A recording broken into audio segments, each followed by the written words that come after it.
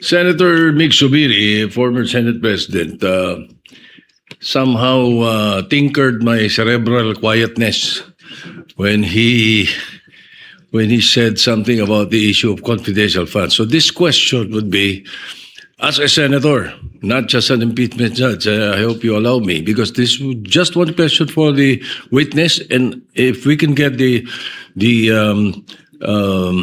prosecution panel and the defense panel to give their opinion. All right? Yung confidential word kasi, pag ginagamit, parang intelligence eh. Parang ganun din eh. Di ba? Parang sinasabi mo. So, it is abused.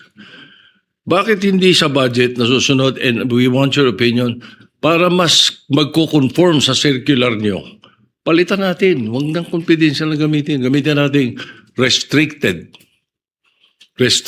funds or non-public funds. Ganun pa rin, di ba? Private but open. Naintindihan na nila na hindi confidential ito, na hindi ito pwedeng hindi naalaman ng publiko.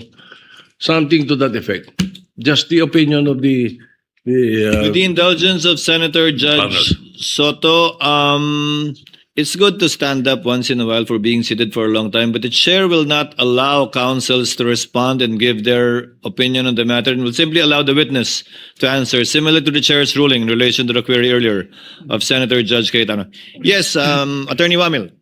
Well, I submit that po to the commission on audit po.